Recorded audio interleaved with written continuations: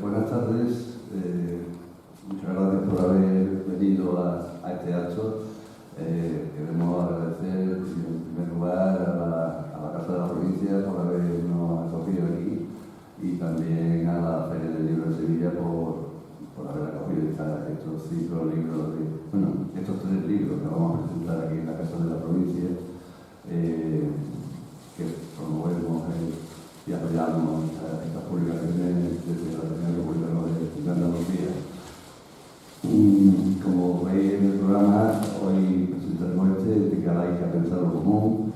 Mañana será el libro Memoria del Llanto, de Pura Sánchez, que estará presentado por nuestra compañera de ateneísta, Paqui Maqueda Fernández. Y el día miércoles 27, también a las 7 de la tarde, será el libro de Manuel Rodríguez Tillana, Andalucía, un basurero del Estado español. Será presentado con la participación de Pura Sánchez, Manuel Delgado, Cabeza, Félix Talego y el autor, Manuel Rodríguez Tillana. Y hoy me toca a mí presentar a uno de sus autores, Ética Laica, pensar lo común. Tenemos aquí al profesor titular de Estudios Árabes e Islámicos de la Universidad Autónoma de Madrid, Walid Saleh Al-Jalifa, y el compañero también mío en Europa Laica.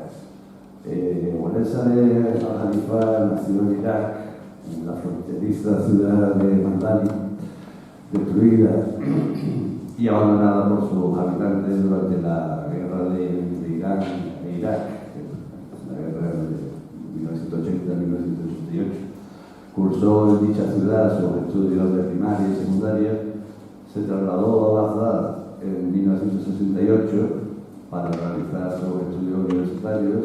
Al finalizar su licenciatura en 1972, hizo el servicio militar obligatorio y un año más tarde comenzó su vida laboral como profesor de lengua y literatura árabes en más de un instituto de Tuz, Jurmato primero y en Bagdad después.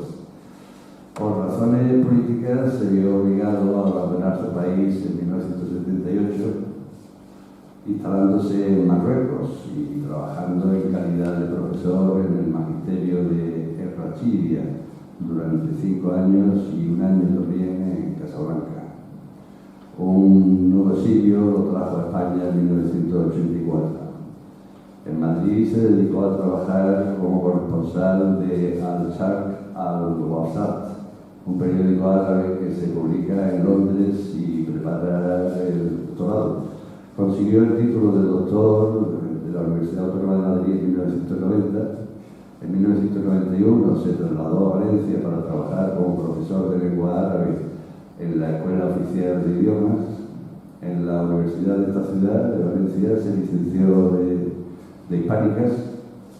De 1997 hasta 2001 ha sido profesor titular de Estudios Árabes e Islámicos de la Universidad Autónoma de Madrid y se ha jubilado el 30 de agosto de 2021.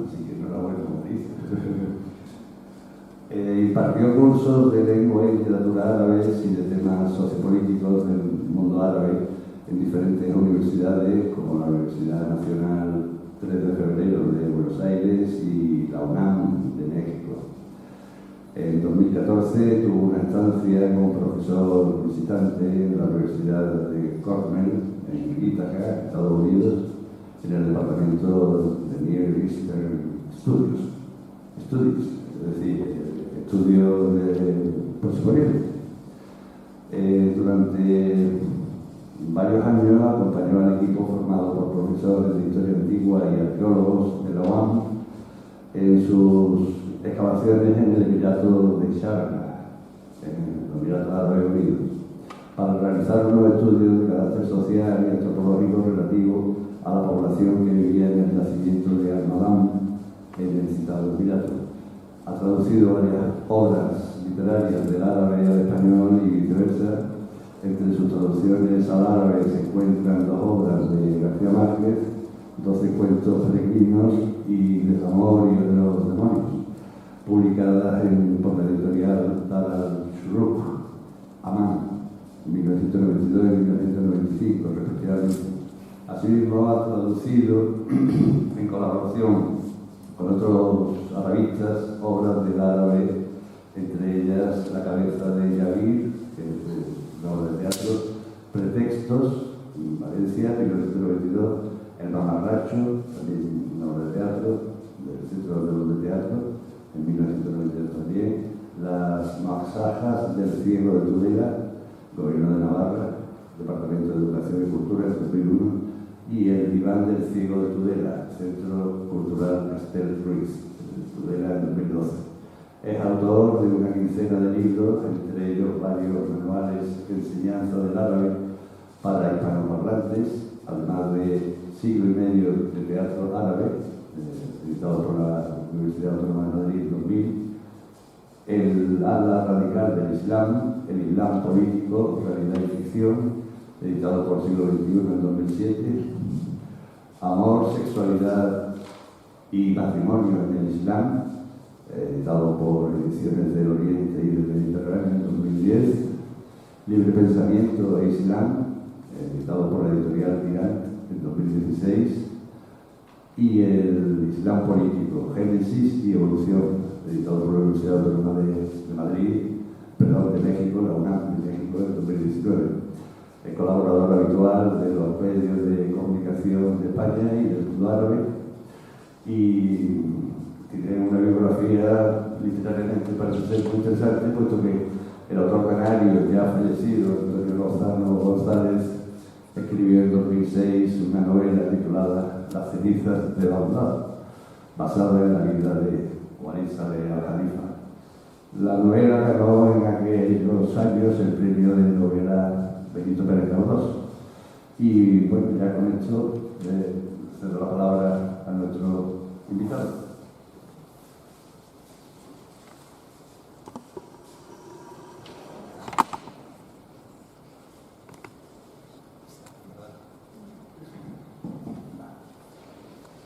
Buenas tardes y muchas gracias, Miguel, por la presentación. Agradezco su presencia y espero que por lo menos aprendan algo de esta charla que vamos a tener esta tarde. Vengo a presentar este libro, Ética laica, Pensar lo común, que yo soy simplemente uno de los autores. Somos 9 en total y a mí me han encargado de venir a presentarlo aquí y vengo encantado y agradezco también a Miguel Campillo por la organización de este evento. En primer lugar quería decir el porqué de este libro. Yo creo que es un libro necesario en estos momentos, particularmente cuando encontramos a nivel internacional personajes como Trump, como Bolsonaro, como Orbán, como Erdogan. Todos ellos están haciendo que las sociedades y la política, sobre todo lo que se refiere a las libertades personales, libertades comunes, que vayan retrocediéndose. Es una lástima ver que el mundo, en vez de avanzar, cosa que muchos de nosotros, creo que la mayoría, pensábamos que iba a ir a mejor.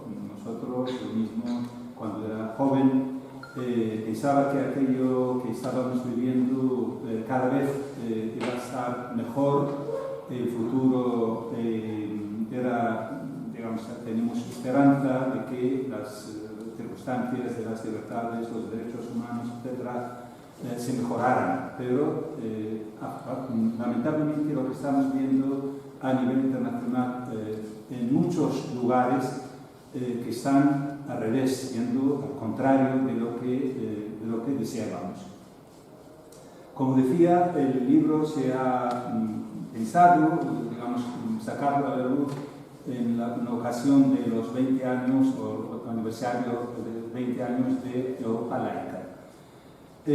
Contiene un poco más de 40 artículos. Esos artículos han sido publicados en el Diario Público por parte de unos intelectuales, unos expertos, entre ellos, por ejemplo, seguramente les sonará alguno como Javier Sádava, como Rosa Rigar, Francisco Delgado, Pedro López, en fin, somos varios, mujeres y hombres, que hemos pensado sacar este libro a la luz porque creíamos que estos artículos pues, podrían ser útiles reunidos en un volumen, y así fue, al final salió de este modo, y por esta razón pues venimos aquí a presentarlo.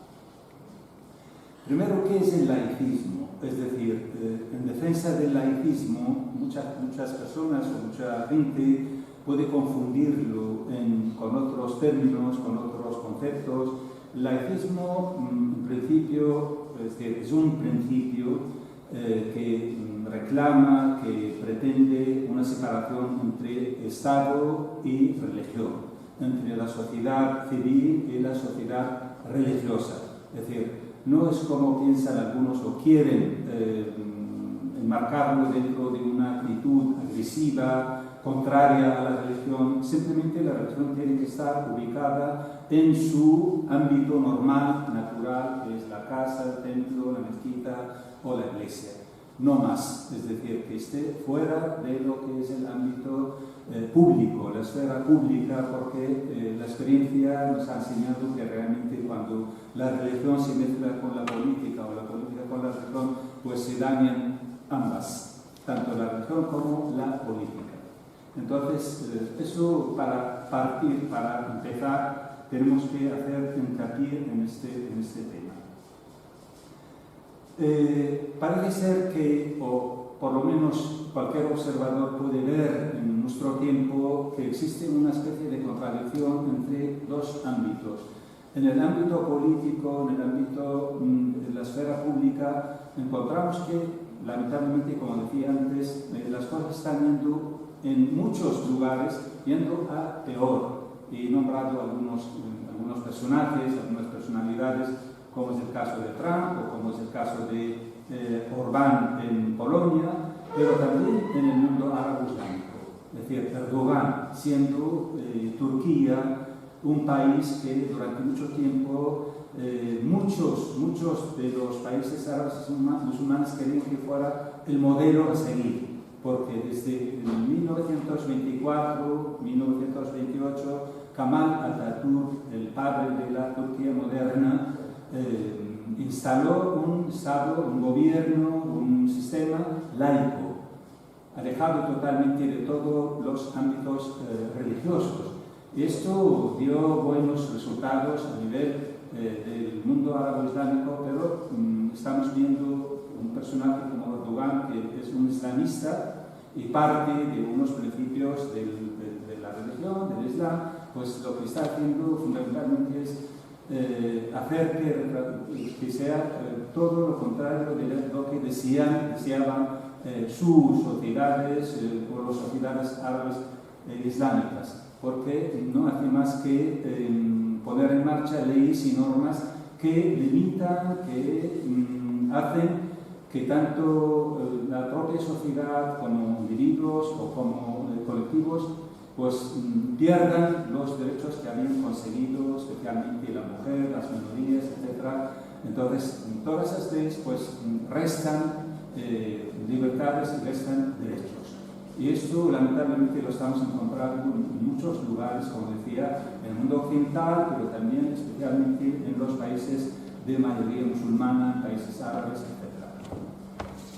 Al contrario de lo que ocurre habitualmente en las propias sociedades, porque todas las encuestas demuestran, tanto del mundo occidental como de los propios países árabes musulmanes, que muchas veces la gente no se lo cree, que cada vez hay mayor número de laicos y de ateos. Incluso el ateísmo está teniendo un auge muy grande en los países de mayoría musulmana. Esto se ha hecho muchísimas encuestas, muchísimas estadísticas en países como Egipto, como Irak, como Irán, e incluso en Arabia Saudí. Por eso digo que a veces nos choca que tengamos este tipo de información. son estadísticas hechas por parte de institutos poco sospechosos de que manipulen las informaciones, como por ejemplo el Instituto Gallup de Alemania, ¿verdad?, que hace todo tipo de encuestas, de estadísticas de carácter social, de carácter político. Entonces, hay muchísimos, especialmente en el ámbito de la juventud. Los jóvenes cada vez están más alejadas de las religiones. No es que no estoy aquí haciendo, digamos, alegato de que la gente deje la religión o no lo deje, sino simplemente son realidades que se están produciendo en esos países. Y digo que muchas veces cuando explico esto, incluso entre mis propios alumnos, les choca. Es decir, creen que eso es muy difícil en sociedades de mayoría musulmana que ocurra esto, que haya gente atea, que haya gente laica, etc. Pero esa es una realidad que lo estamos teniendo y especialmente se ve muchísimo en las redes sociales. Es decir, quien siga las redes sociales, Twitter o Facebook, etc., encuentra realmente este tipo de información. Hay lugares donde es difícil declarar ser ateo, declarar ser laico, porque es perseguido por ley, por las normas que hay en estos países, pero se han hecho, como decía, estadísticas a veces de forma anónima y otras veces con nombre propio. Un país como Egipto, por ejemplo, en el año 2014, estas estadísticas salieron a la luz y fue una preocupación enorme, tanto para la institución religiosa como para la institución política. De modo que el presidente del país, junto a la máxima autoridad religiosa que es Al-Azhar en Egipto, y el Papa de los coptos, porque claro, están ahí tanto cristianos como musulmanes, afectados ambos por este asunto. Entonces se reunieron para ver qué hacían para parar este avance del ateísmo en un país como Egipto. Hicieron unas campañas en las universidades, en las escuelas, etc., para ver si podían parar este fenómeno. Por eso digo que realmente existe esta contradicción, por un lado en lo público, para que retrocedemos, y en lo social, aunque de una forma lenta y muchas veces también escondida, porque en el mundo árabe islámico no es fácil. Aquí quizá en Occidente es mucho más viable declararse ateo, declararse laico, etc., pero el mundo árabe islámico es perseguido por la ley. Las normas no permiten esto.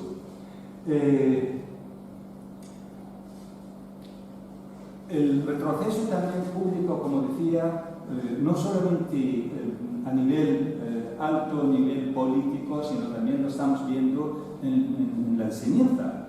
Creo que todos conocemos, sabemos que cada vez hay más condiciones, más digamos, límites para determinadas asignaturas en los institutos. Me refiero fundamentalmente, por ejemplo, a la filosofía. La filosofía está siendo combatida por parte de determinados sectores oficiales que quieren quitarle. De hecho, han quitado, por ejemplo, recientemente de la ESO, de la cuarto de la ESO, han eliminado la asignatura de filosofía y quieren cambiarla, o la van a cambiar por otras asignaturas como educación cívica, o en fin, todavía hay varias opciones y varias posibilidades, ¿no? Entonces, ¿por qué ocurre esto? ¿Por qué razón esta enemistad, entre comillas, con una asignatura como la filosofía? Porque simplemente la filosofía nos invita a pensar, nos invita a analizar, nos invita a reflexionar, cosa que va en contra de una tradición que va simplemente, digamos, por esto. Es una tradición transmitida muchas veces o por escrito o oralmente, y nos invita a, digamos, aceptar una tradición sin poder cuestionar nada. Y esto ocurre mucho en estos ámbitos, y por esa razón la filosofía ha sido una de las asignaturas o uno de los grandes temas a lo largo de la historia, bastante combatida por parte de sectores conservadores Me acuerdo, por ejemplo, un gran filósofo como es el Averroes, cordobés, encontró grandes enemistades por parte de los clérigos oficiales por ser un filósofo libre pensador. En cambio, otros filósofos que han estado a favor, digamos, de la tradición, de la clase conservadora, nunca han tenido ningún tipo de problemas. Averroes se quemaron sus libros, se echaron, tuvo que exiliarse, etc., simplemente porque él era un gran filósofo, defendía el libre pensamiento, defendía la idea, digamos, el concepto de análisis, de pensar y de ser libre pensador. También podemos hablar yo hablaba del mundo árabe islámico y las dificultades que hay. Realmente existen estas dificultades en la práctica diaria, porque el simple hecho de no guardar el Ramadán, por ejemplo, es castigado, es perseguido. Una persona que esté comiendo durante el mes de Ramadán, pues puede llegar a la cárcel, puede ser torturado, en la mayoría de los países árabes y musulmanes. Pero es peor declararse, por ejemplo, apóstata, ateo, porque de los 57 países de mayoría musulmana que hay en el mundo, 13 de ellas tienen la condena a muerte a cualquier apóstata. Es decir, el Islam admite que acepta con los brazos abiertos que entres en esta religión, que abraces esta religión, pero luego no puedes salir. Si sales, la condena es a muerte. 13 países, entre ellos está Irán, Arabia Saudí, Emiratos Árabes, Pakistán, Afganistán, etc. 13 tienen la condena a muerte. Y otros países, pues, cárcel, persecución, etc. Es decir, eso es un asunto serio y muy, muy complicado para...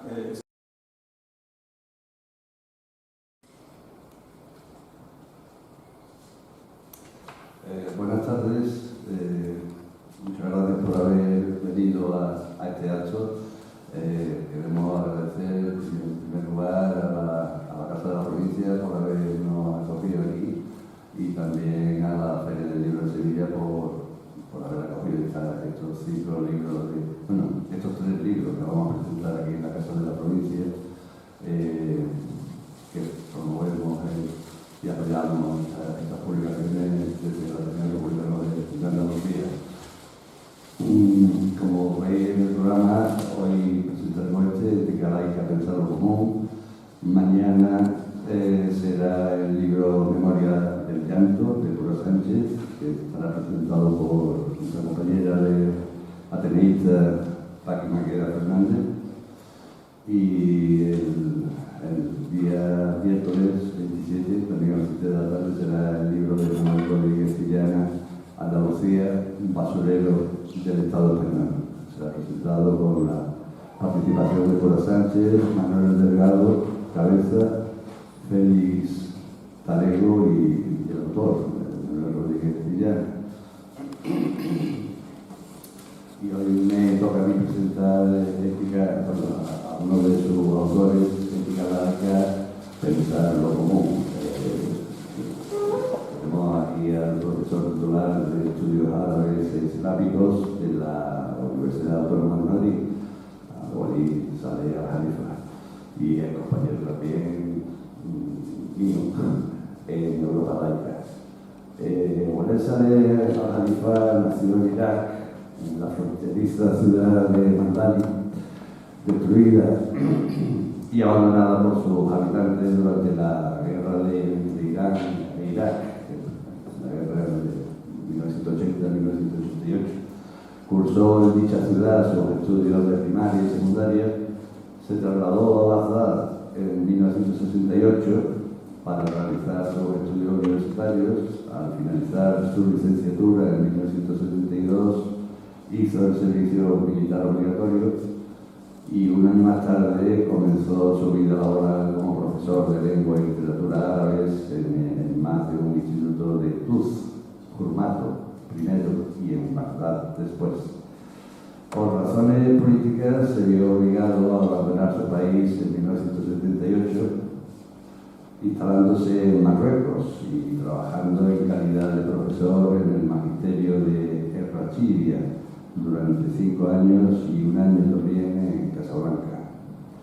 Un nuevo exilio lo trajo a España en 1984. En Madrid se dedicó a trabajar como corresponsal de Al-Sharq al-Wasat, un periódico árabe que se publica en Londres y prepara el doctorado. Consiguió el título de doctor de la Universidad Autónoma de Madrid en 1990. En 1991 se trasladó a Valencia para trabajar como profesor de lengua árabe en la Escuela Oficial de Idiomas. En la Universidad de esta ciudad, de Valencia, se licenció de Hispánicas. De 1997 hasta 2001 ha sido profesor titular de estudios árabes e islámicos de la Universidad Autónoma de Madrid y se ha jubilado el 30 de agosto de 2021, así que enhorabuena, como dice. Impartió cursos de lengua y literatura árabes y de temas sociopolíticos del mundo árabe en diferentes universidades, como la Universidad Nacional 3 de Febrero de Buenos Aires y la UNAM de México. En 2014 tuvo una estancia como profesor visitante en la Universidad de Cornell, en Ítaca, Estados Unidos, en el departamento de Near Eastern Studies, es decir, estudios de Próximo Oriente. Durante varios años acompañó al equipo formado por profesores de historia antigua y arqueólogos de la UAM en sus excavaciones en el Emirato de Sharjah, en los Emiratos Árabes Unidos, para realizar unos estudios de carácter social y antropológico relativo a la población que vivía en el yacimiento de Al-Madam, en el citado Emirato. Ha traducido varias obras literarias del árabe al español y viceversa. Entre sus traducciones al árabe se encuentran 2 obras de García Márquez, 12 cuentos peregrinos y Desamor y otros demonios, publicadas por la editorial Dar al-Shuruk, Amán, 1992 y 1995, respectivamente.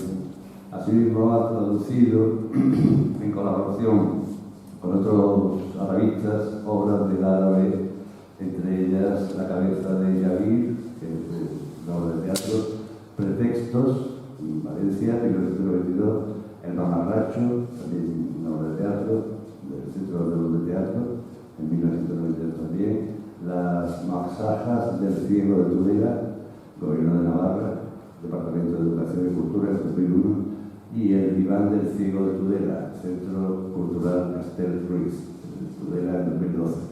Es autor de una quincena de libros, entre ellos varios manuales de enseñanza del árabe para hispanoparlantes, además de siglo y medio de teatro árabe, editado por la Universidad Autónoma de Madrid en 2000, El ala radical del Islam, El Islam político, realidad y ficción, editado por Siglo XXI en 2007, Amor, sexualidad y matrimonio en el Islam, editado por Ediciones del Oriente y del Mediterráneo en 2010, Libre Pensamiento e Islam, editado por la editorial Tirant en 2016, y El Islam político, Génesis y Evolución, editado por la Universidad Autónoma de Madrid, perdón, de México, la UNAM de México en 2019. Es colaborador habitual de los medios de comunicación de España y del mundo árabe, y tiene una biografía literariamente parece ser muy interesante, puesto que el autor canario ya fallecido, Antonio Lozano González, escribió en 2006 una novela titulada Las cenizas de Bagdad, basada en la vida de Walid Saleh al-Jalifa. La novela ganó en aquellos años el premio de novela Benito Pérez Galdós. Y bueno, ya con esto cedo la palabra a nuestro invitado.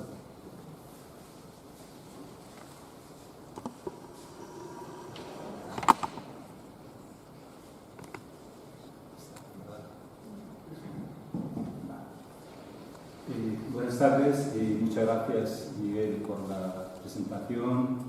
Agradezco su presencia y espero que por lo menos aprendan algo de esta charla que vamos a tener esta tarde. Vengo a presentar este libro, Ética laica, pensar lo común, que yo soy simplemente uno de los autores. Somos 9 en total y a mí me han encargado venir a presentarlo aquí y vengo encantado y agradezco también a Miguel Campillo por la organización de este evento. En primer lugar quería decir el porqué de este libro. Yo creo que es un libro necesario en estos momentos, particularmente cuando encontramos a nivel internacional personajes como Trump, como Bolsonaro, como Orbán, como Erdogan. Todos ellos están haciendo que las sociedades y la política, sobre todo lo que se refiere a las libertades personales, libertades comunes, que vayan retrocediéndose. Es una lástima ver que el mundo, en vez de avanzar, cosa que muchos de nosotros, creo que la mayoría, pensábamos que iba a ir a mejor. Nosotros, yo mismo, cuando era joven, pensaba que aquello que estábamos viviendo cada vez iba a estar mejor, el futuro era, digamos, tenemos esperanza de que las circunstancias de las libertades, los derechos humanos, etc., se mejoraran, pero lamentablemente lo que estamos viendo a nivel internacional en muchos lugares que están al revés, yendo al contrario de lo que deseábamos. Como decía, el libro se ha pensado, digamos, sacarlo a la luz en la ocasión de los 20 años o aniversario de 20 años de Europa laica.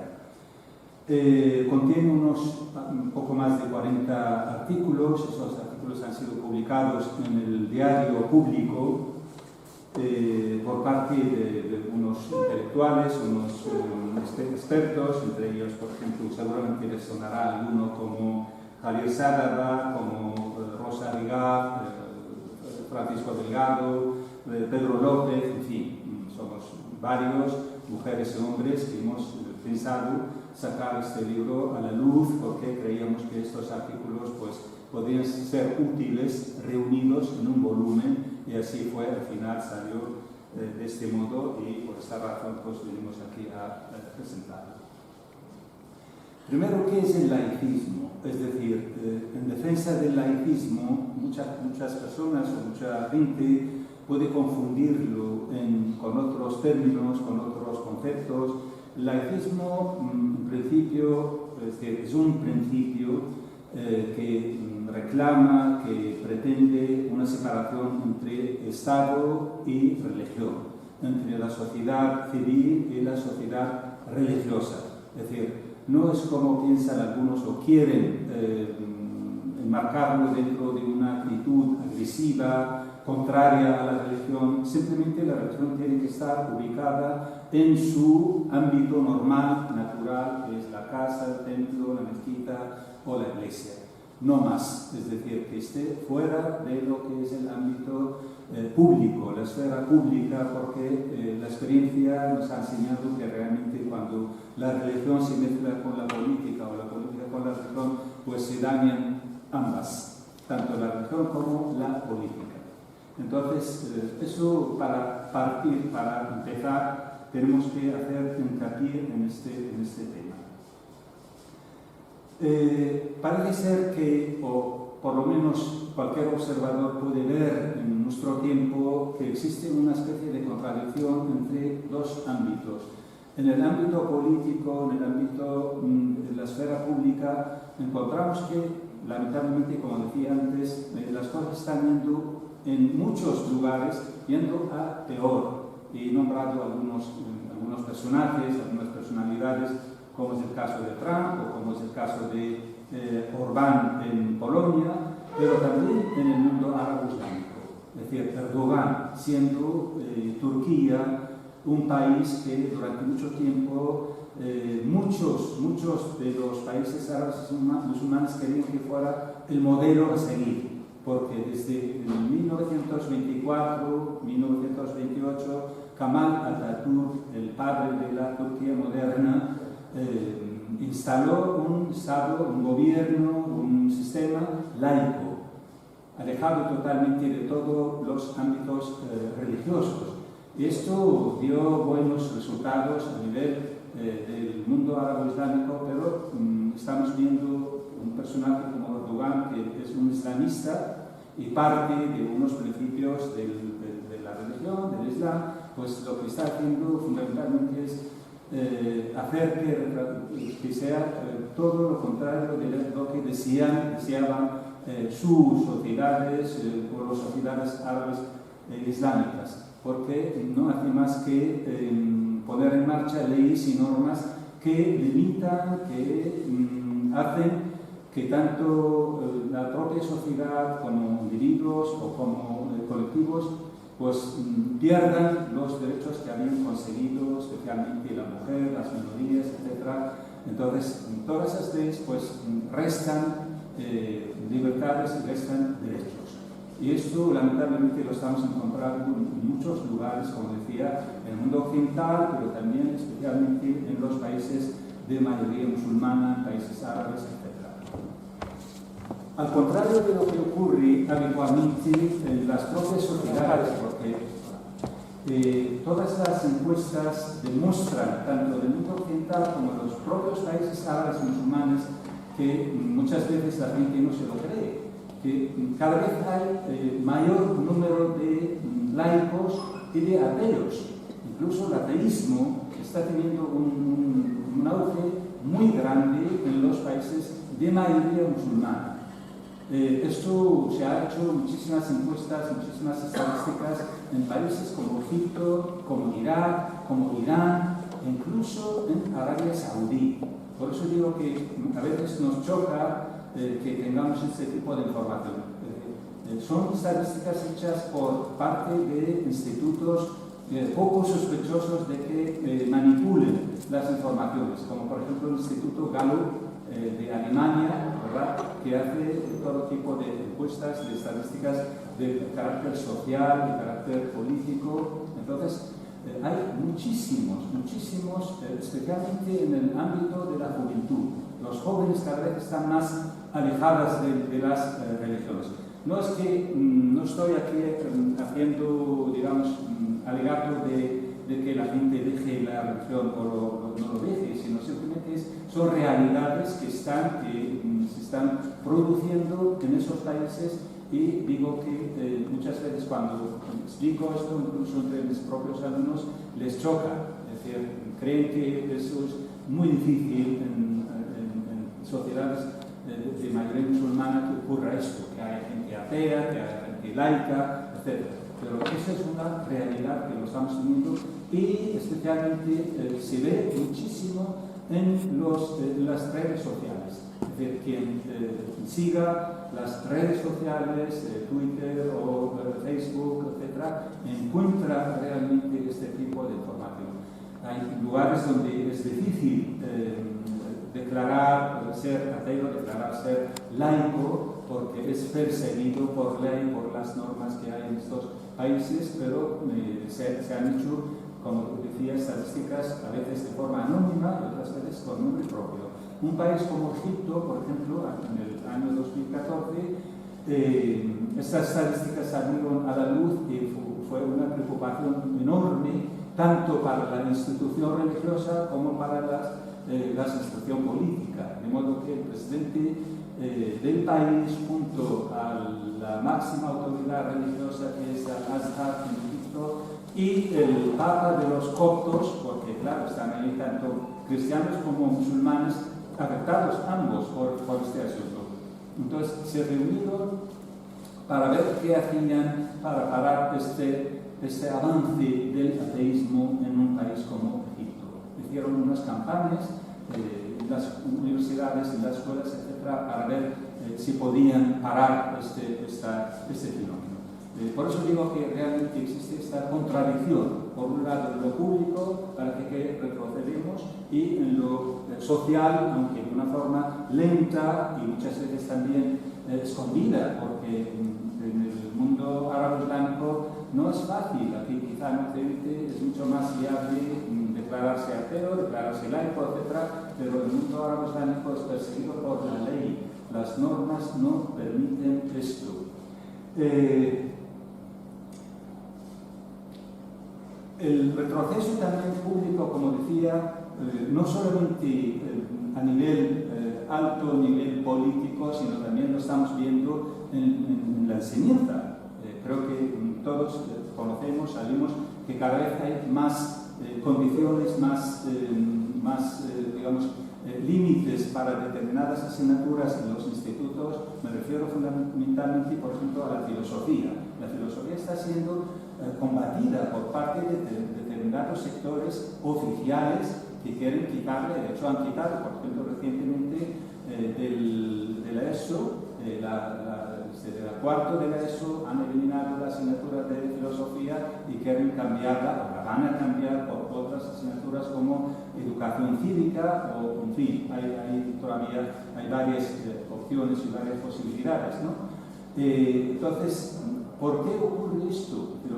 ¿Por qué razón esta enemistad, entre comillas, con una asignatura como la filosofía? Porque simplemente la filosofía nos invita a pensar, nos invita a analizar, nos invita a reflexionar, cosa que va en contra de una tradición que va simplemente, digamos, por esto. Es una tradición transmitida muchas veces o por escrito o oralmente, y nos invita a, digamos, aceptar una tradición sin poder cuestionar nada. Y esto ocurre mucho en estos ámbitos, y por esa razón la filosofía ha sido una de las asignaturas o uno de los temas, grandes temas, a lo largo de la historia, bastante combatida por parte de sectores conservadores.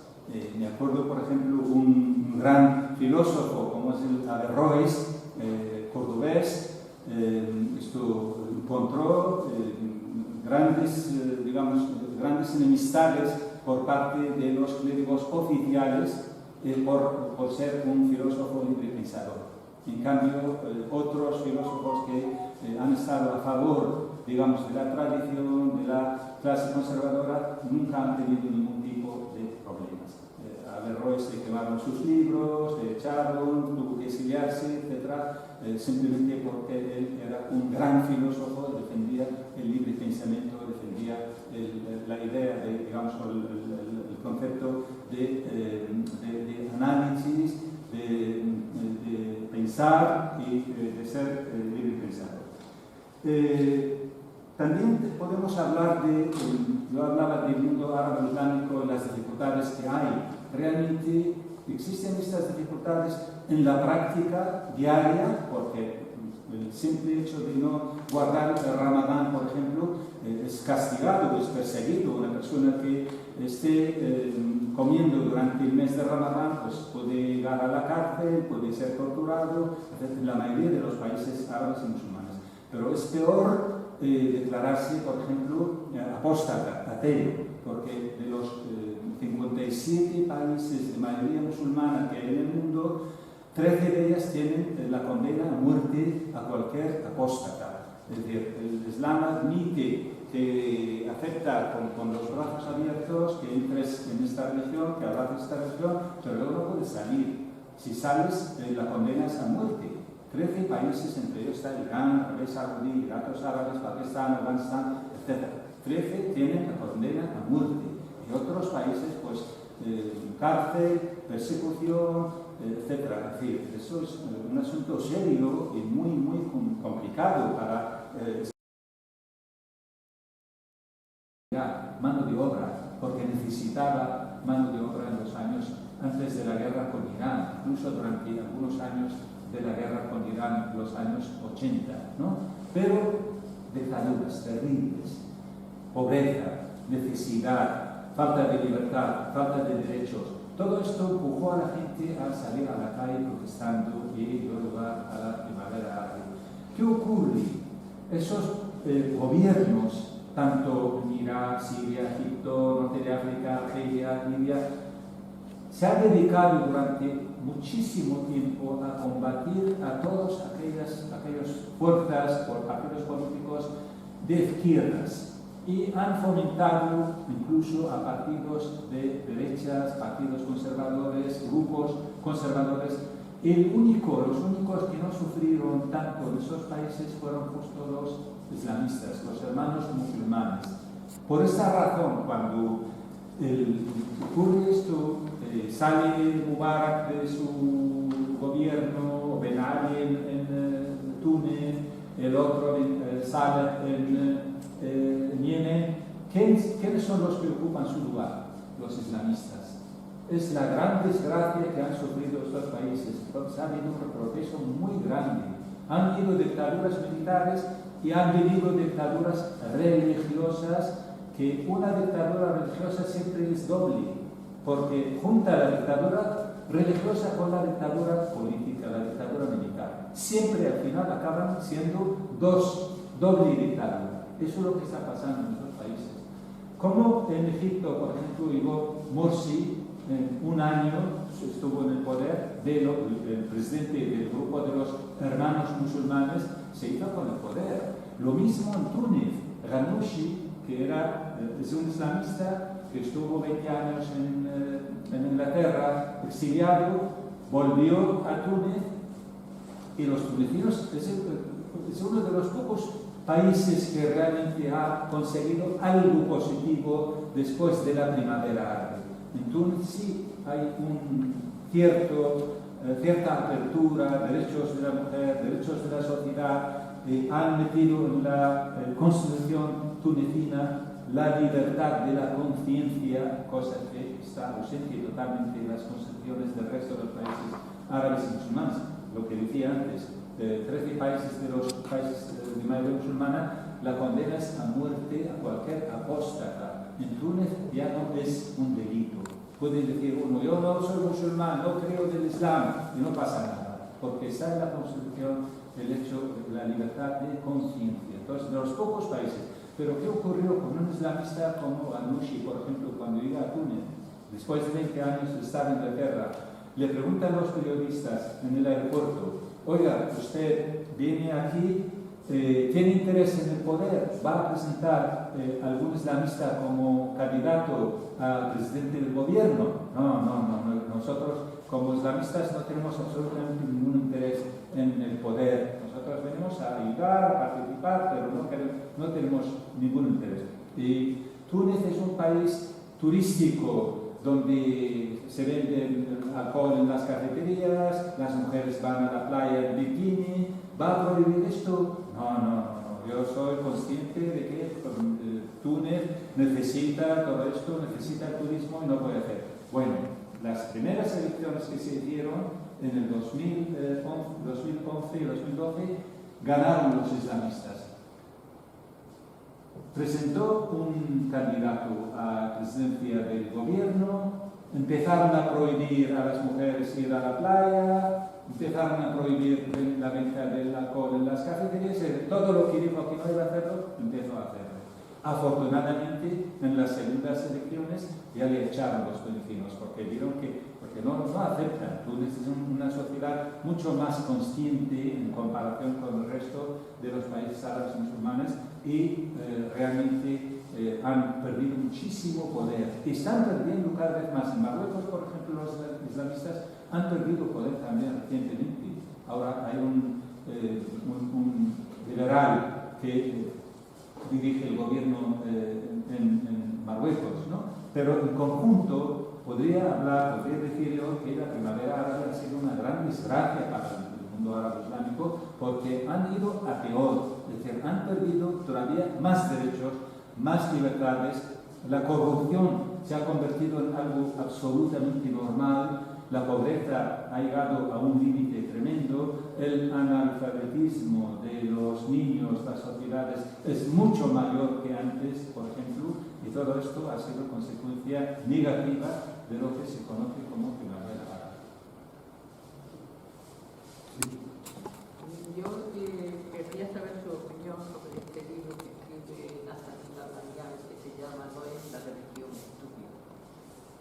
Sí. Habla de la autoridad del conflicto, ¿no? Los chilenos sí. una tapadera para luchar Claro. Conoce. Sí, claro, porque además ella es una de las autoras aquí de este libro, tiene artículos aquí también, sí. Exacto.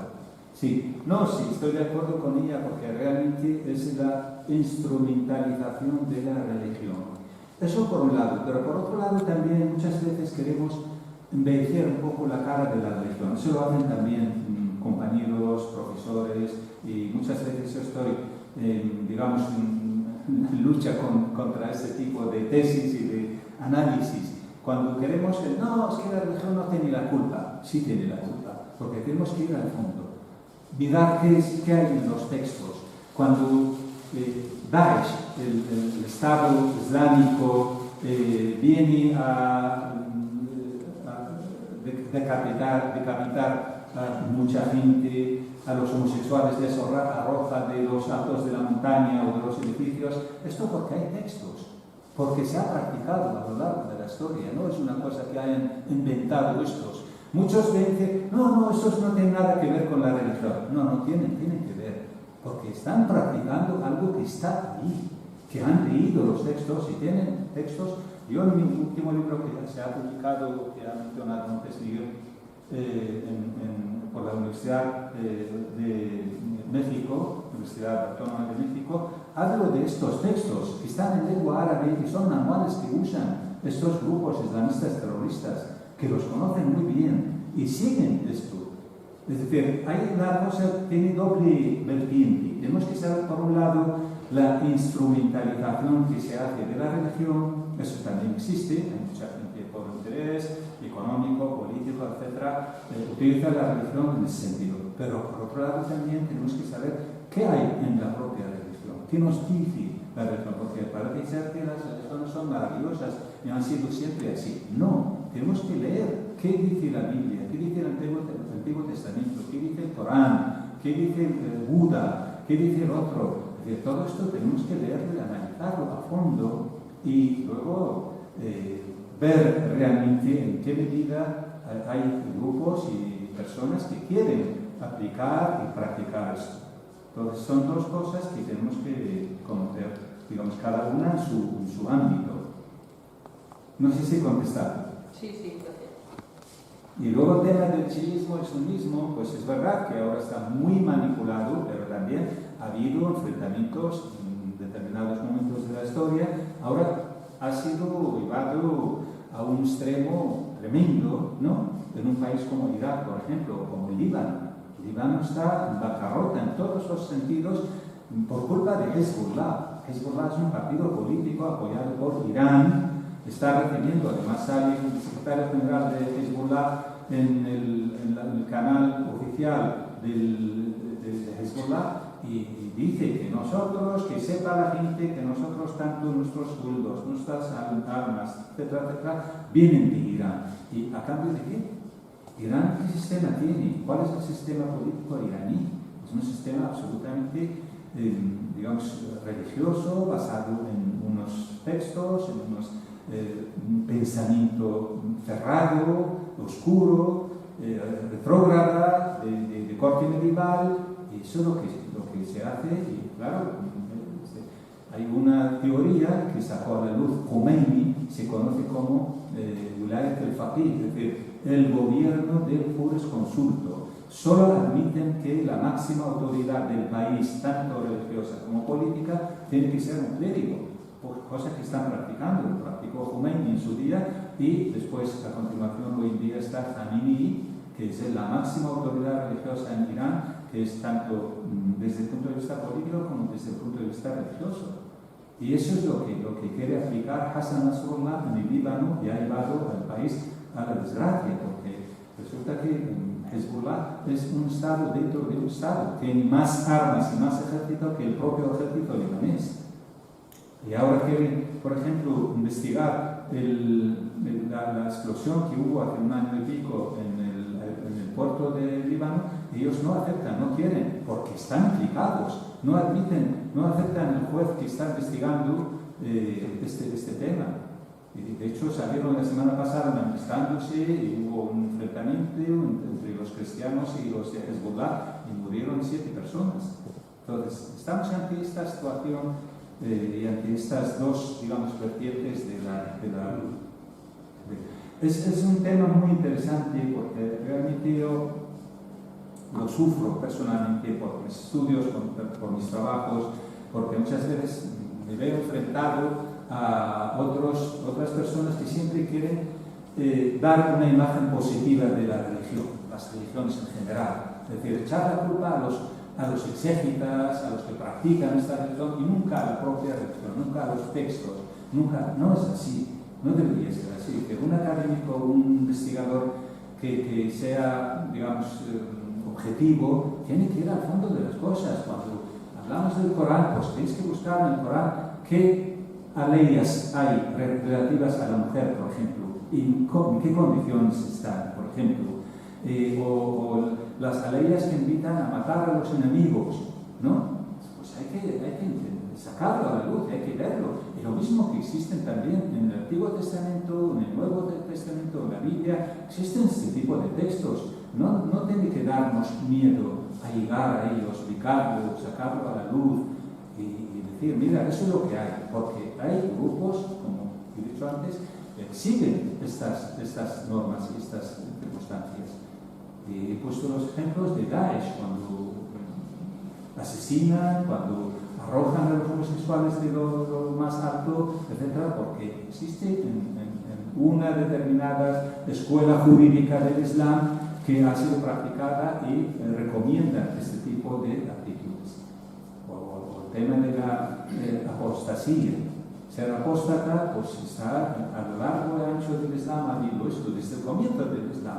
Ya Abu Bakr, después, el primer califa después de la muerte del profeta, había musulmanes que habían abrazado el Islam, si dieron marcha atrás a la muerte del profeta, pues el califa luchó contra ellos y los asesinó. Es decir, hizo lícito el asesinato de cualquier apóstata.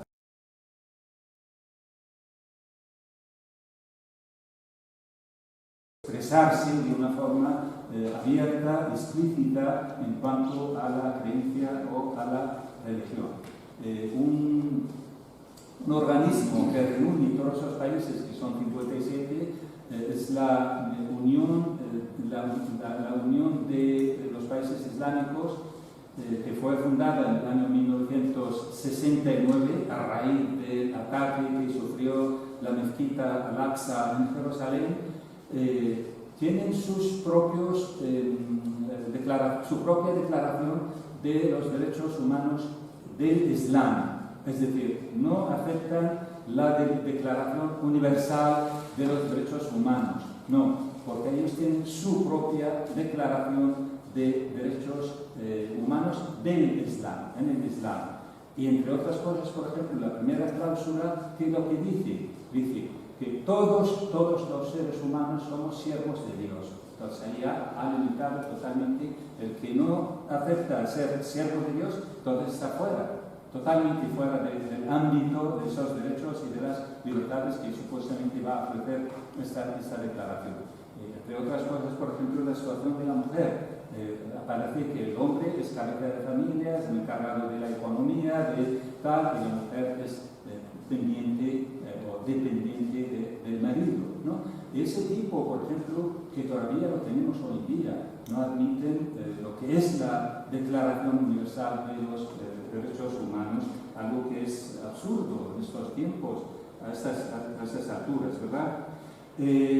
Tenemos con mucha naturalidad, encontramos y hablamos, incluso a veces me pasa a mí también, hablo de la comunidad musulmana. ¿Por qué tenemos que ser este tipo de comunidades? O comunidad judía o comunidad budista. ¿Qué es esto? Nunca hemos parado a pensar realmente por qué tenemos que organizar, hacer guetos. Si están aquí unos señores, unas señoras que han venido de países de mayoría musulmana o mayoría árabe, pues están en un país y tienen que ser ciudadanos como los demás.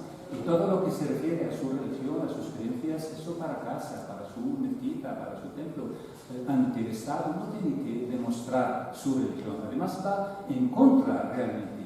El artículo 16 de la Constitución Española cuestiona cualquier digamos, pregunta, interrogación relativa a la creencia. No podemos demostrar, no estamos obligados a demostrar nuestra creencia o nuestra fe. Eres musulmán, eres cristiano, eres judío, para ti. Yo no quiero saber nada de ti. Tú eres ser humano, un ser humano más. Te respeto, te acepto como persona, independientemente de tus creencias. Pero no, tenemos que organizarnos en grupos y ante el Estado tenemos la Junta Islámica, interlocutor del Estado español. ¿Qué necesidad? Que además hay unas grandes falsidades en este sentido, porque viene el señor que dirige esta Junta Islámica ante el Estado y dice: tengo 2 millones de personas detrás de mí. ¿Qué es eso? Absolutamente falso. No existen 2 millones. Porque seguramente cerca de 2 millones de personas proceden de Oriente Medio, del norte de África, pero no son todos, ni mucho menos, ni musulmanes, ni creyentes, ni practicantes.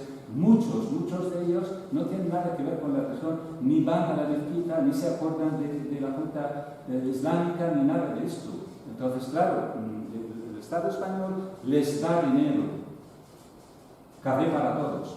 Es decir, como han visto que la Iglesia Católica aquí tiene unos privilegios porque la propia ley, la propia Constitución si lo concede, la Constitución aparece que España es un país aconfesional, de acuerdo, hasta ahí perfecto.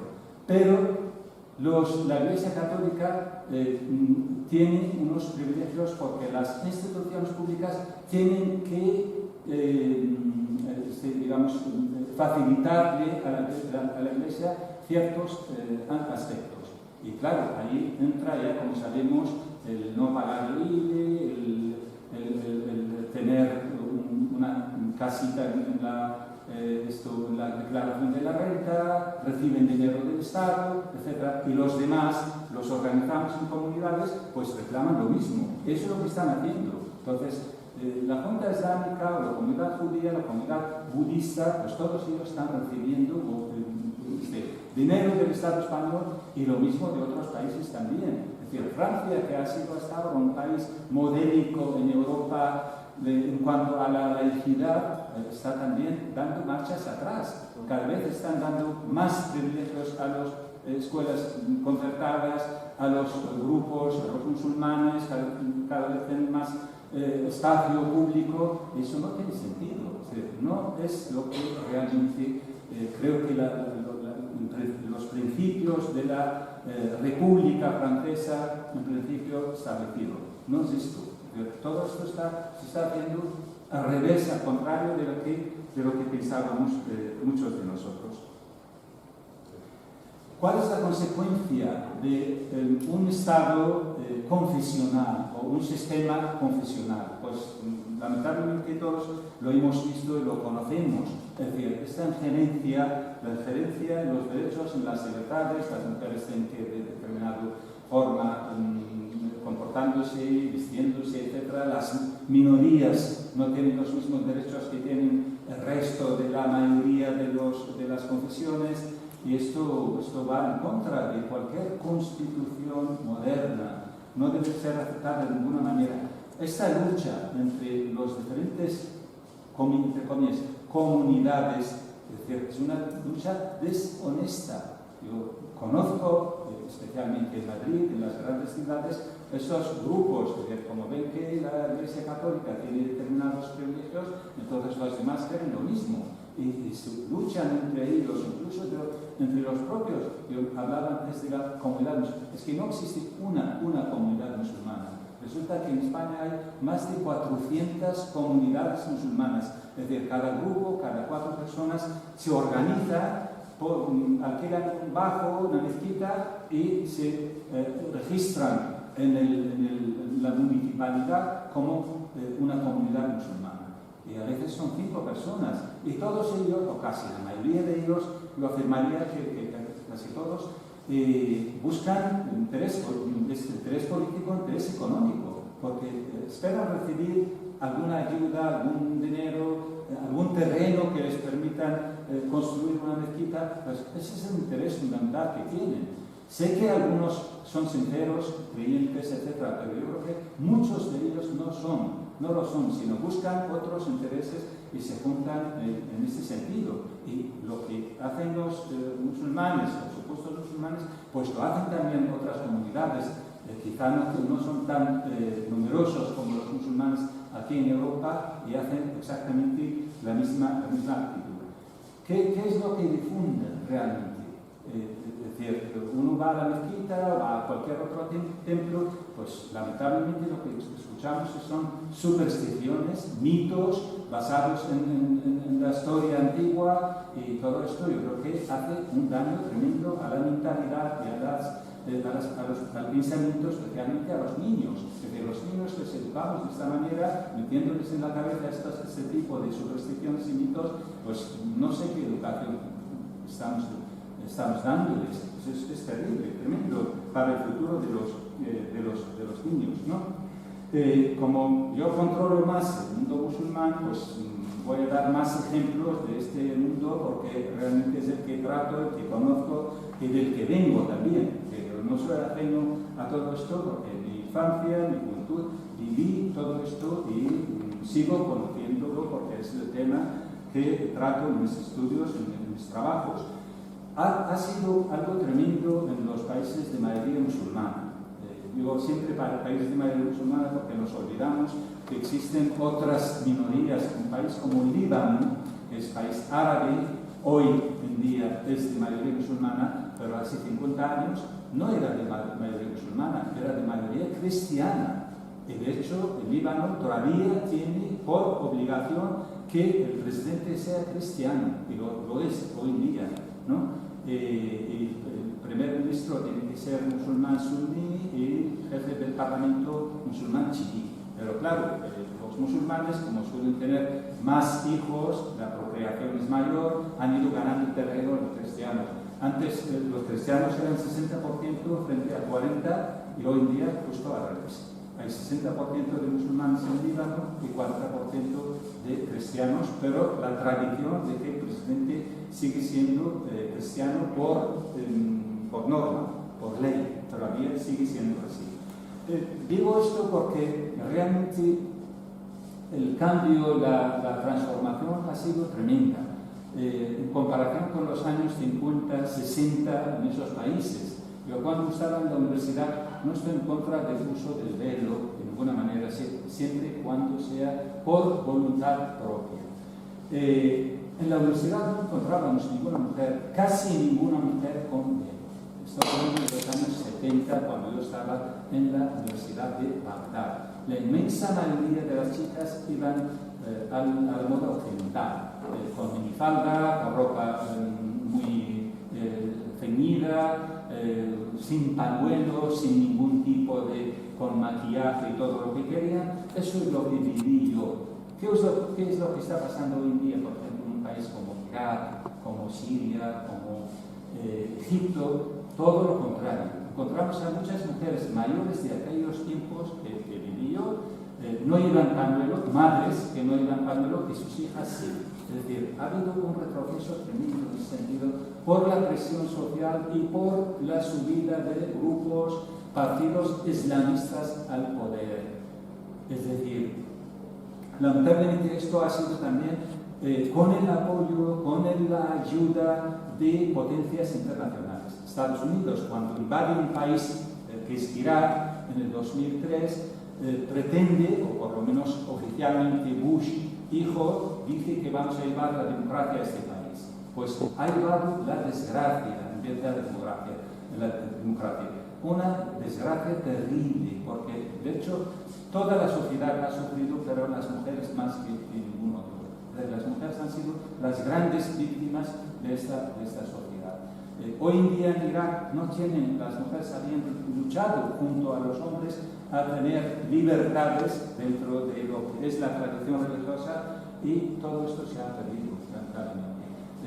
En el 2014 nombran a una ministra de Asuntos de la Mujer, una ministra que supuestamente iba a defender los derechos de la mujer, y el primer día que va al ministerio lo que hace prohibir que las chicas, las mujeres que trabajan en el ministerio, lleven ropa de colores. Tienen que ir de negro, obligación. y tienen que ir tapadas con pañuelo. Y claro, eso fue un choque tremendo, pensando que es una mujer que va a venir a traer la libertad y los derechos a las mujeres, y justo hizo lo contrario. Y le hace una entrevista en la televisión una periodista y le pregunta, pero usted, ¿qué está haciendo aquí? Viene a hacer este tipo digamos, de normas, ¿no? ¿Usted no cree en la igualdad entre hombres y mujeres? Dice, no, yo no creo en la igualdad, porque en el Corán pone que los hombres son preferidos ante Dios a las mujeres. No son iguales. Entonces dice, pero también en el Islam la tradición es que la mujer para salir a la calle tiene que pedir permiso al marido. ¿Qué hace usted? Pues todas las mañanas le pido permiso para ir al ministerio. Yo no salgo sin el permiso de mi marido. Pues estamos ante esta situación tan de retroceso, tan retrógrada, tan terrible para los derechos de la mujer, pensando sin duda que todo esto viene de una raíz que es el Islam, que es la religión, no es la tradición simple, sino realmente existen textos, existen prácticas durante muchísimo